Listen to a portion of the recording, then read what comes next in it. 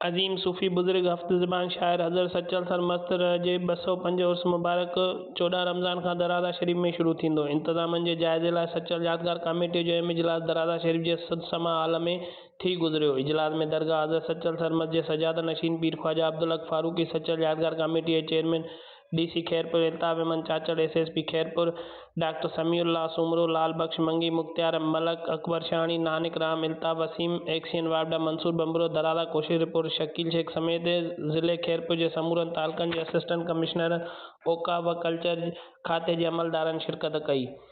उन मौक़े ते इजलास में उर्स जे हवाले सां थींदड़ इंतज़ामनि खे हिमायती शिकिल ॾिनी वई ऐं कमेटियूं पिणु ठाहियूं वयूं। DC खैरपुर इजलास खां पोइ सहाफ़ियुनि सां ॻाल्हाईंदे चयो त दरगाह हज़रत सचल सरमस्त जे उर्स जी तक़रीबुनि जो इफ़्तिताह वॾो वज़ीर सैयद मुराद अली शाह गुलनि जी चादर चाढ़े कंदो।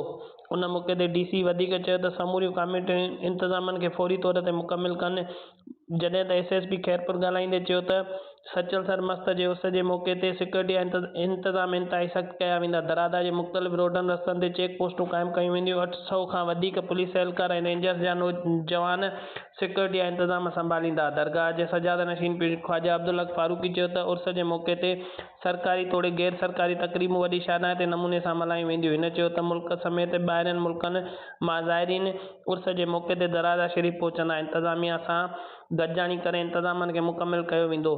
इजलास दौरान मुख़्तलिफ़ सियासी समाजी माण्हुनि ऐं सचल यादगार कमेटी जे मेंबरनि DC खैरपुर अॻियां इंतज़ाम मुकमिल न हुजण जूं दावूं पिणु कयूं। कैमरामैन आसिफ राजपर, जाफ़र राजपर सां गॾु शकील अहमद शोएब, कोशिश डिजिटल, दराज़ा शरीफ़।